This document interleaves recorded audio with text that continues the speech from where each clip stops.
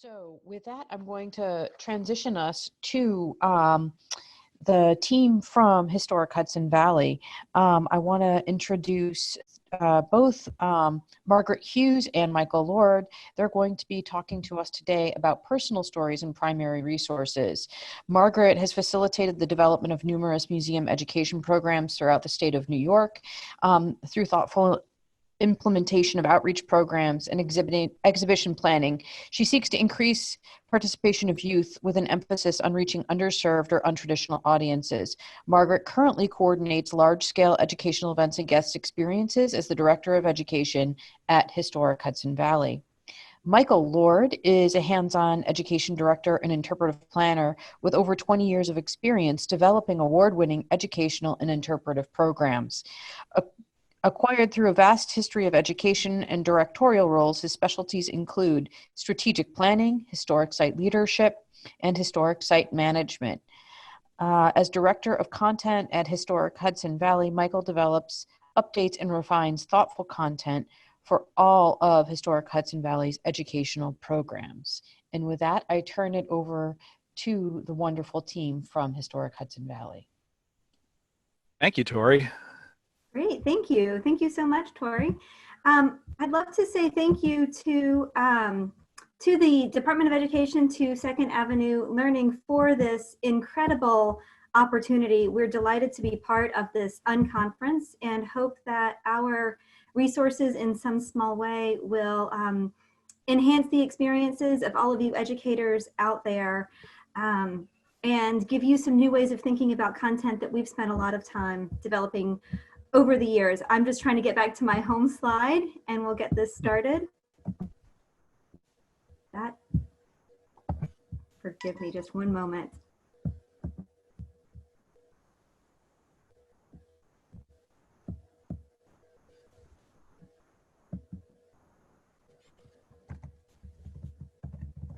Here's a reverse preview of all that we're going to be going over today. They said to change screens early on, so that's what I'm doing here.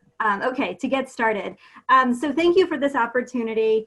My name is Margaret Hughes. I work with the education team. My colleague Michael Lord is also going to be presenting, and we're also joined by our colleagues Jessica Crick and Betsa Bradley, also part of the education and content team. They're going to be monitoring content comments along the way. So as you have questions, as you have thoughts that arise, please enter those into the chat box and we'll have our amazing colleagues monitoring that so that we can make sure we're addressing some of the questions and ideas that you have. Also want to hear your feedback on how you're currently engaging with the topic of slavery, and especially thinking about slavery as we do outside of the antebellum South and in the larger context of American history. We're going to delve into that in just a moment. I would like to say right now a particular thank you to the National Endowment for the Humanities and to the Institute for Museum and Library Services. These two entities have been tremendous in supporting the work that we do. And I'd like to say that they have been not just supporting us financially, although that's been important, but really been partners in the work that we are doing. When we think about interpreting slavery, we know that it's a sensitive topic. We know that it can be done well, but we also know that it requires critical research, a lot of thinking about how the content and the topics of that past bear out on issues today. And our colleagues at the NEH and IMLS have been really tremendous in supporting us, entrusting us to do this work sensitively, to do it well, and to engaging with us in the content and the ways that we are presenting. So a tremendous thank you to them for all of their support in so many ways. The content that we're going to be going over today is based on the work that we've been doing at several of our historic sites, but particularly here at Philipsburg Manor, Upper Mills, which is located in Sleepy Hollow, New York. Here's a wonderful shot of autumnal glory at Philipsburg. Before I get started with our content and sort of delving into the way that we are interpreting the history at this site, I'd love to enter into the, have some of you enter into the chat ways that you are engaging with slavery right now. Some short answer responses. Where does slavery come up in your curriculum? In the scope of American history, in the scope of global history? During what time periods are you currently engaging with this content? And how much time do you have? So if you don't mind entering some thoughts that you have in your boxes about sort of how you're currently engaging with this content, that'll help us be able to address some of your personal ideas and think a little bit more about what we are doing. So go ahead and enter some of those in. Historic Hudson Valley operates 5 sites, but we're going to focus really on Philipsburg Manor. For over 20 years, we've been really centralizing the story of enslavement in the colonial North at Philipsburg Manor. On the screen in front of you, you can see the hub of activity at Philipsburg. The large building in the very front, as you might guess from that water wheel that you see, is the water-powered grist mill. It was the hub of operations for all of the wheat that was grown in the surrounding area. It was all brought to this mill, which was operated by an enslaved man named Caesar. And it was really thinking about Caesar's central role at Philipsburg that we began to rethink the interpretation at Philipsburg, really to center on the role of the enslaved community, the work that they did and the lives that they led at Philipsburg Manor. Philipsburg has been particularly popular with school groups because it combines hands-on history with studying colonial American history and bringing in the aspect of studying slavery through a field trip. So it's been a popular site for school groups, and that got us thinking several years ago about how we take the content that we tell on site and translate it to a digital platform. So that's what we started doing, first with People Not Property, which has already been referenced today, and we're going to go into a lot more detail with that. And then in turn, that inspired other ways that we've been thinking about how we interpret this history. We spent a lot of time thinking about the on-site story at Philipsburg, wanting to centralize the narrative with the enslaved community, but really highlighting the names of individual people. We know the names of the people. My colleague Michael Lord is going to go into how we know that information. So we wanted to really to be able to talk about Caesar's mill, to think about the role that Caesar played at the site, and the other 23 enslaved Africans there. Diamond, who was likely the boat captain, Venture, who was one of the other men on site. And I also want to point out, again, thinking about how we tell these stories and the research work that gets put into it, we spent a tremendous amount of time at Philipsburg engaging with leading scholars who have been doing this work for years and years, making sure that we're telling the nuances of the story of slavery in the colonial North, and then how in turn understanding slavery in the colonial North has implications for how we understand the story of American history more broadly. So here are the 3 resources that we're going to be spending some time delving into today. People Not Property, an interactive documentary website that explores sort of in the widest scope the understanding of slavery in colonial America. So how is slavery totally intertwined with the narrative of the development of the American colonies as part of the greater Atlantic world, and what are the implications today? Second is the short dramatic film Runaway. It's based on a so-called runaway slave ad, an ad for 2 men who were self-emancipating that references Philipsburg Manor. So the film was actually shot at Philipsburg Manor. And finally, Traders and Raiders, which explores more comprehensively the idea of the Atlantic trade world and the network of Atlantic trade that is happening that slavery is a part of. So we're going to be delving into these 3 resources today. I want to highlight, so important, that all of these are available for free and available for use in your classroom. As we were developing them, we really wanted them to be tools that you could make use of immediately, that there were no hindrances to teachers engaging with this content in their classrooms. It's so important to say that they are free, and everything that we're talking about today is available at hudsonvalley.org. So if you want one stop for all of this content, hudsonvalley.org will get you to all of these resources. And here's what we're saying that we're going to be doing today: introducing these resources, showing you how they are put together, the narrative structure that they have so that you can understand how they've been developed and begin to think about how to use them. We've also got some tools that are immediately available for you to start making use of them in the classroom. We're going to highlight some of the particular aspects of each that are really, really strong for school groups so that you can immediately say, here's this part of the website that really has the content that I need as an educator. And ultimately with the goal of helping you feel empowered to present this more complete history of American slavery. We found as we've been speaking with teachers that sometimes there's a hesitancy about doing it wrong, that we're so sensitive to not telling this story imperfectly. We're sensitive to the different ways that our audiences today can understand this, that students with their own personal narratives come at this content with different aspects. And sometimes there's a tendency to remove ourselves from teaching it only sort of doing a cursory touch over. And so we really want to help educators feel empowered, understand how to teach this content truthfully so that everybody can begin to grapple with this and to approach this as fundamental to our study of American history.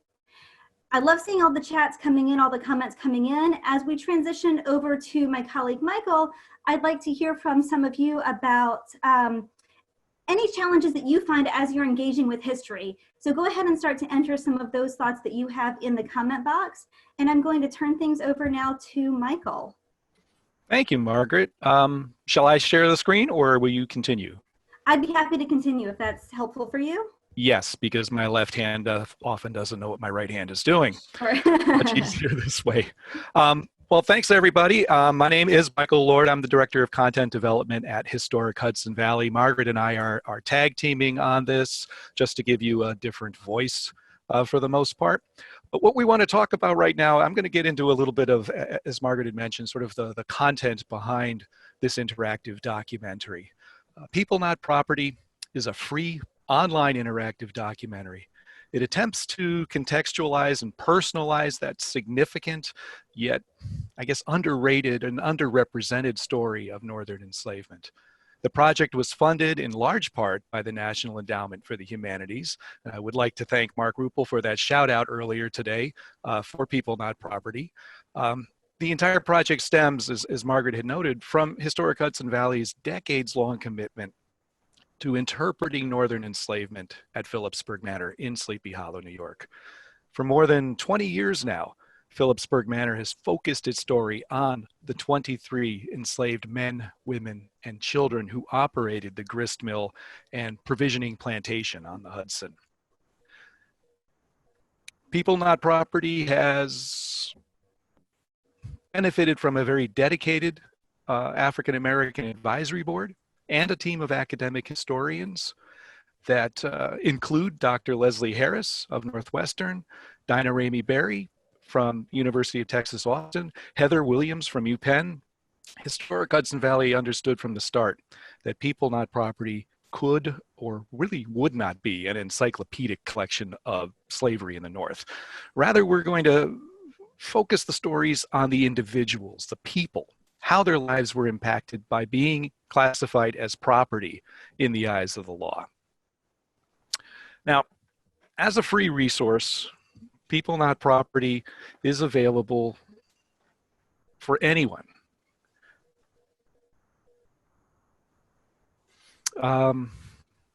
For teachers, for students, for the general public. It lives on Historic Hudson Valley's website. Anyone with access to the internet can find it.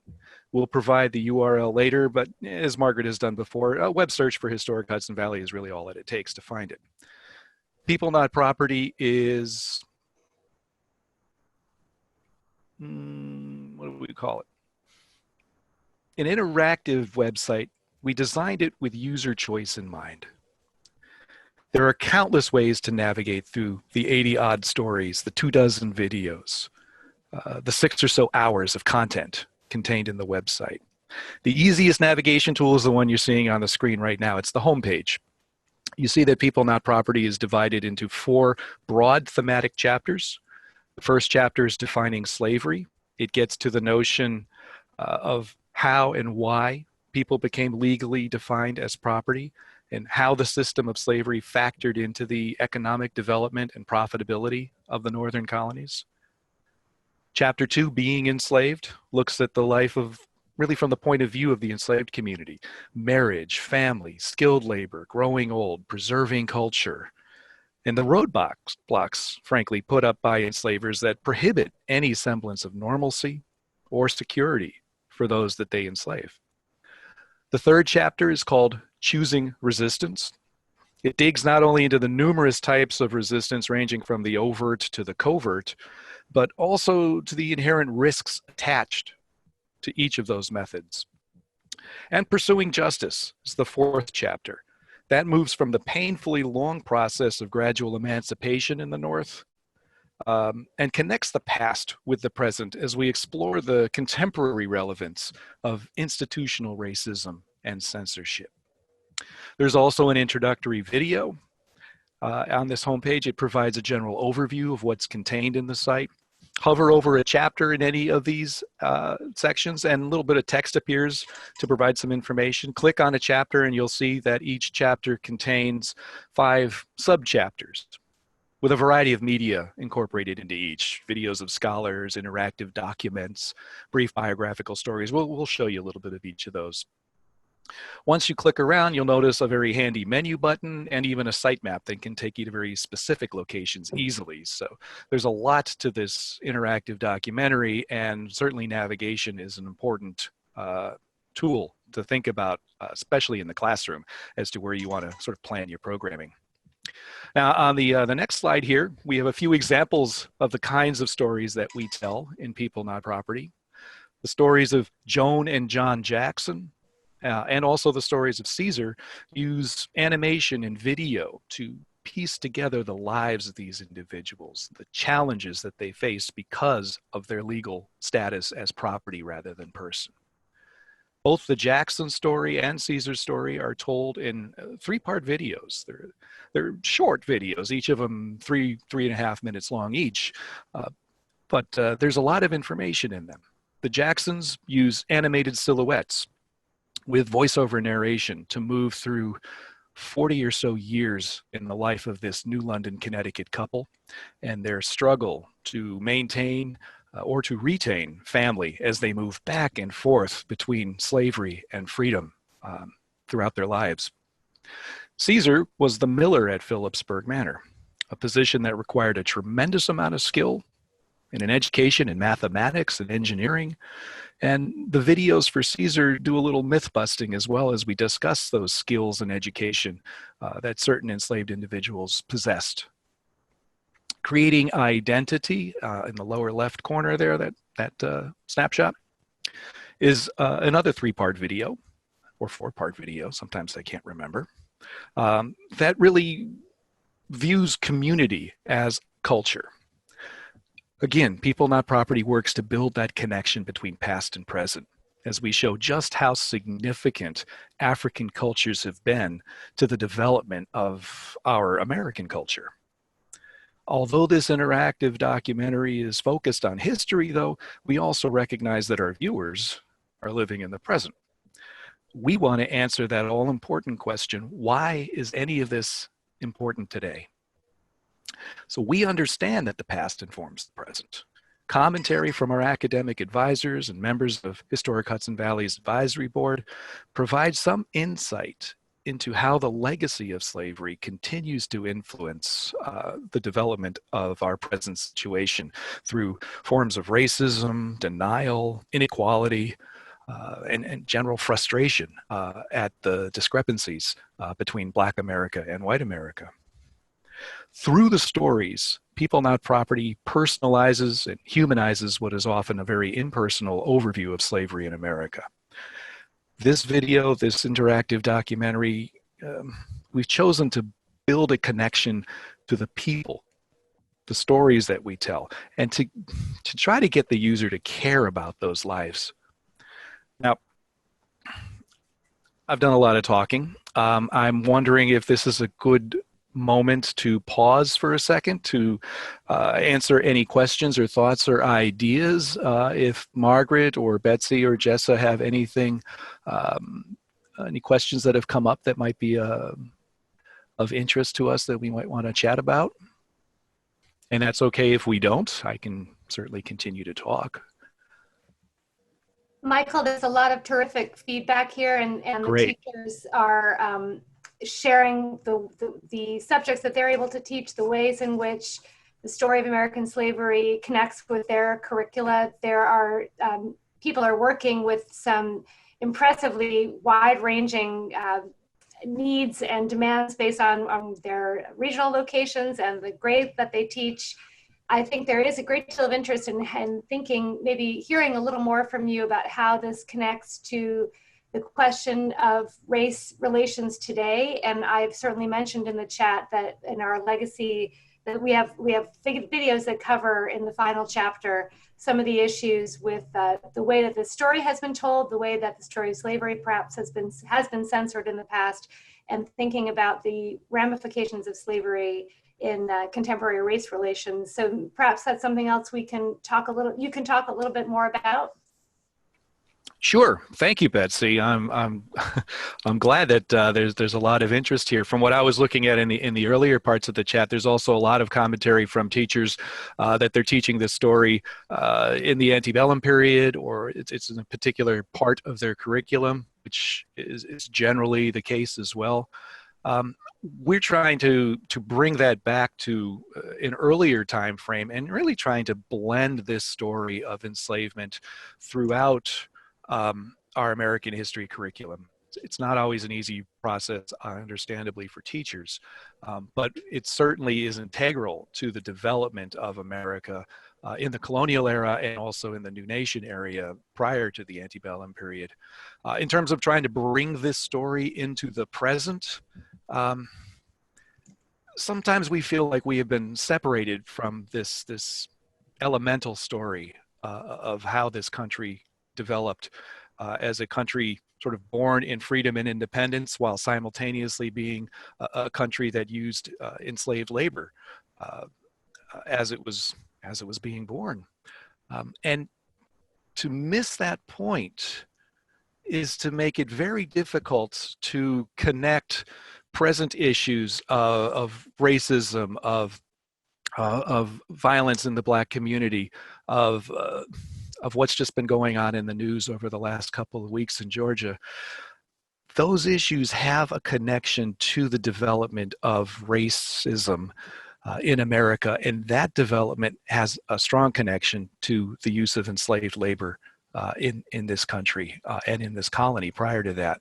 And that's where we use this fourth chapter, Pursuing Justice, to make those connections. We confront the past. We discuss why the North has sort of ignored for years its role in not only as colonies that used enslaved labor, but as individuals and businesses and corporations and colleges and universities that profited off of enslaved labor, and also through the transatlantic slave trade.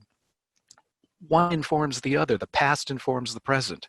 And that's what we're trying to do in that fourth chapter. But we also recognize we're a historic institution. Our role is to teach about the past. So we use that history of enslavement to a great effect as a way to make those connections to present situations. So thank you for some of those comments, and we're going to get back to some more comments as well, but I'm certainly aware that we have a keynote coming up after our presentation, so I want to get back on track here.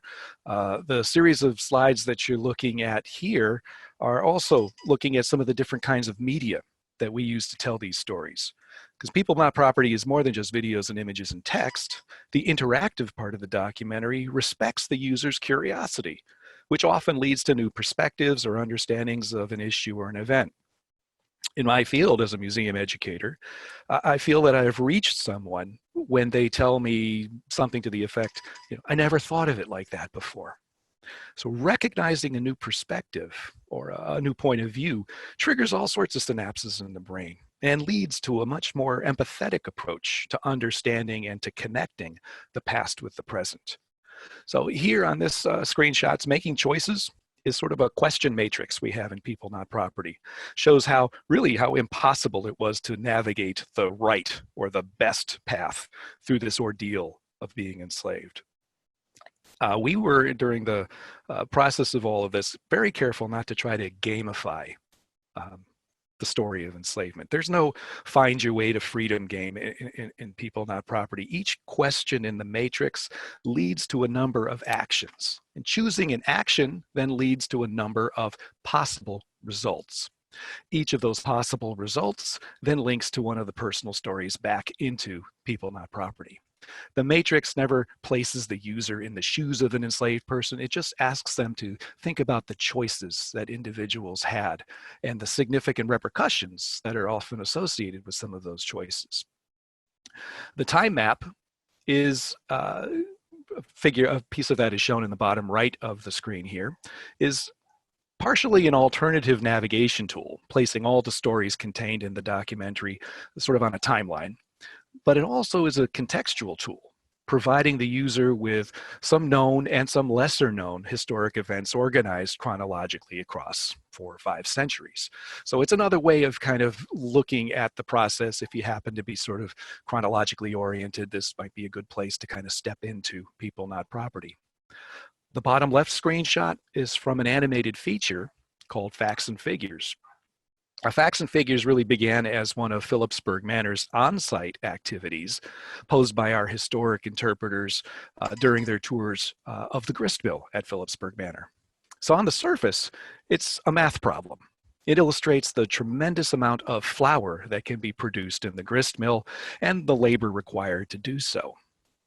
But the animation goes further into the profitability of the mill, the wealth accumulated by the owner of the mill versus the absence of any compensation for the enslaved miller, Caesar. And finally, how this discrepancy really plays out over generations. So it takes a much deeper social dive into the repercussions of being enslaved and the inability to plan or profit by your own labor. The top left screenshot is one of People Not Property's interactive documents, and I'm going to focus on this. So I want to go to a larger image to make it a little bit easier to see. And thank you, Margaret. People Not Property has a number of interactive documents. This one happens to be a 1750 probate inventory from New York.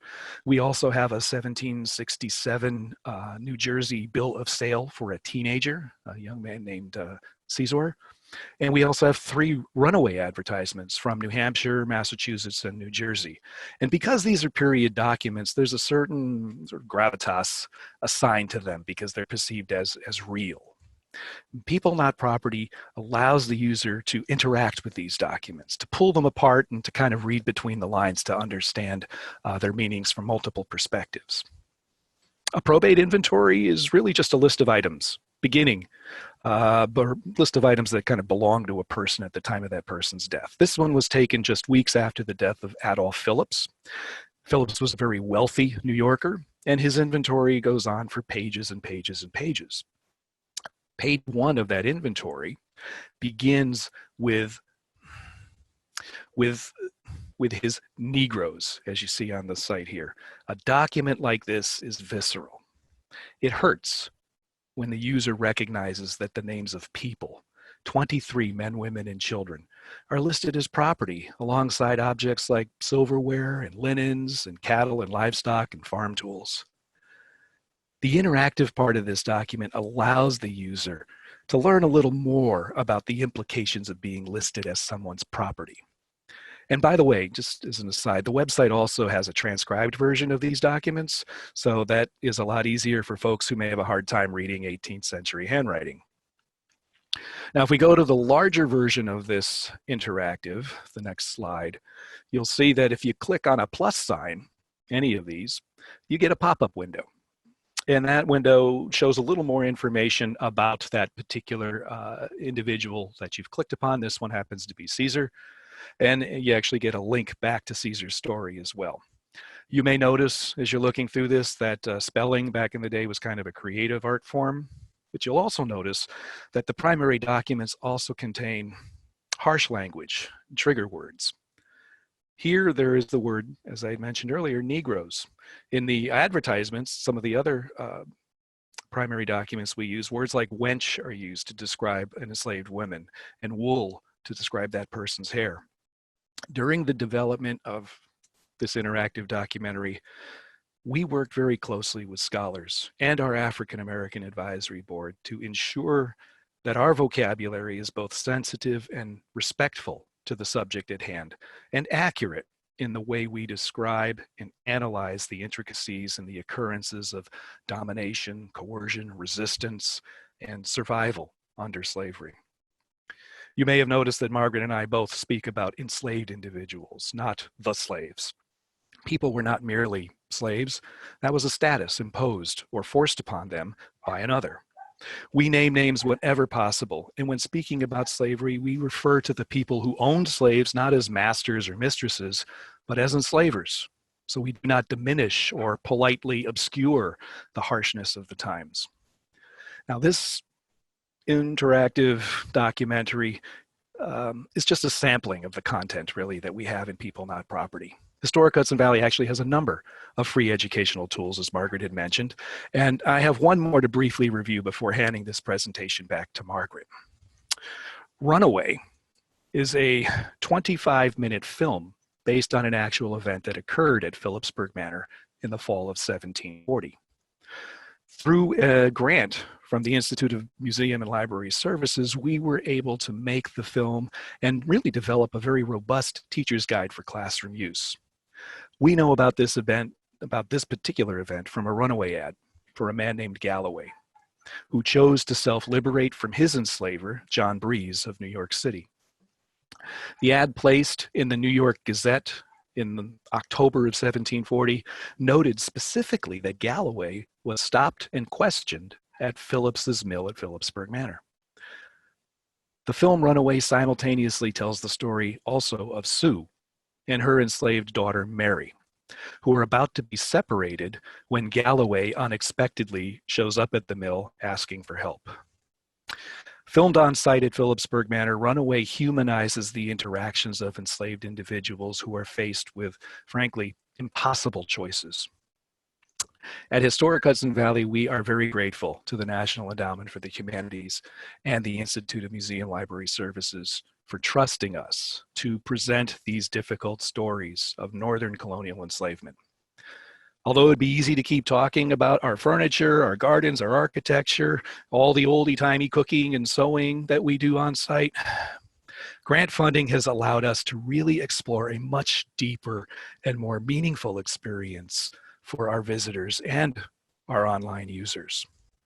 Now, I want to send you back to Margaret Hughes. She's going to talk to you a little bit more about the details of some of these programs, how to access them, and how they fit into for teachers' use in the classroom as well. Thank you very much for your time. Hopefully we can get back to some Q&A before all this wraps up as well. Margaret? Thanks, Michael. So one thing that I want to stem off of from your presentation of the Runaway film is the fact that as we developed the film, we developed a curriculum. To support watching the film, so that those of you in the classroom who are looking for ways to integrate this new content, but could use some assistance in how you do that, the curriculum is there for that very purpose. The third resource that I wanted to review very briefly is Traders and Raiders. And as I present this, I do want to offer the caveat that we recognize that this is moving into different content. And as we're presenting information about slavery and the really sensitive ways in which we want to bring that up and help our students best understand that in its full detail, we also have a really terrific resource developed with support from the IMLS, Institute of Museum and Library Services, that presents the economic system of Philipsburg Manor and the global Atlantic trade in more detail. So if educators are looking for a resource that delves a little bit more into the geography, if you're looking for something that really helps to understand, students to understand the network that was the Atlantic world, especially something that has maybe a little bit more levity, Traders and Raiders is a terrific resource. So I want to make sure that we're recognizing that we are not approaching the important content of slavery in the same way that we are approaching the way that we are presenting Traders and Raiders, which is a little bit more of a lighthearted way to engage with historic content. The idea of Traders and Raiders is it is a website that has essays on Atlantic trade using piracy as sort of a hook to engage students, a hook, if you will, to engage students. And in addition to some more academic essays, we also have a game that students can play. And here's a brief shot of the gameplay. Sorry, I'm having, here we go. A bit of a shot of the gameplay. So in this game, students take on the role of a pirate. They are learning about the resources that were available in different parts of the Atlantic world and the economic value of transporting goods produced in one area over to another part of the world, say from the Northern Atlantic colonies in New York, around New York, over to England. It's a fantastic way to engage students with economics, with geography, and to present this content in a little bit of a different manner. Now, as I referenced at the beginning, People Not Property is the one-stop destination that highlights all of these resources. So everything that Michael and I have presented today, as well as some ways for you to engage with this content, all of that is available at peoplenotproperty.hudsonvalley.org/teacher resources. You can see it there at the bottom of the slide. We're also going to send this copy deck out to all of you who are participating so that you have this as a resource. But on the teacher resources tab, we have not just links to Runaway, to Traders and Raiders, but we also have web quests that you can use to navigate People Not Property, sort of taking students to some of the points, asking, developing some short answer and some longer form questions that students can engage with so that they really are given prompts for how to best engage with this content. Finally, we're here. We know that as we've talked to educators who are doing this, they often have questions. They want to talk about how to connect with this content. So we want to be part of that conversation. We want to know how it's working for you, how we can better develop resources to help you take full advantage of what we have shared today. So here is our contact information. Please reach out. That's what we are here for. We are here to support you as you try to bring this important content to the classroom. I'm going to stop right now and turn things over to colleagues to say what other questions do we have coming through that we can address.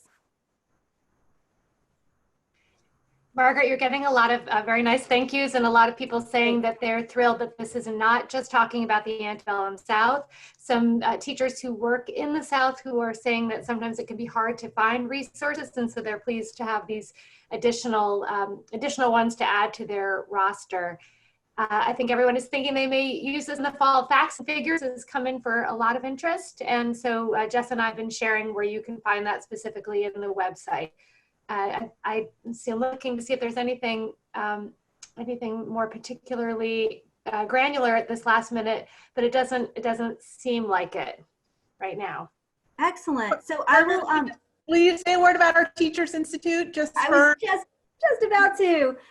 So that was a really wonderful reminder that for 2 years now, we've had the opportunity to host 36 educators from across the country in an NEH-funded Summer Teachers Institute. We have applied again to run one in the summer of 2021. We haven't yet gotten word if our application has been accepted, but do keep on the lookout for that because it's a wonderful opportunity to bring together educators from all different backgrounds of content, of grade level, of geographic location to work through this content together and to develop resources then based on what we're doing that you can take back and use in your classroom. So it's a wonderful meeting of the minds. I hope that we will encounter many of you in person at one of those institutes. In the meantime, please reach out, share our contact information, let us know how this is working for you and what other things that we can do to best support you in this work. We're all in it together, and thank you all so very much for giving your time and for all the great work you are doing in the classrooms, especially at this time.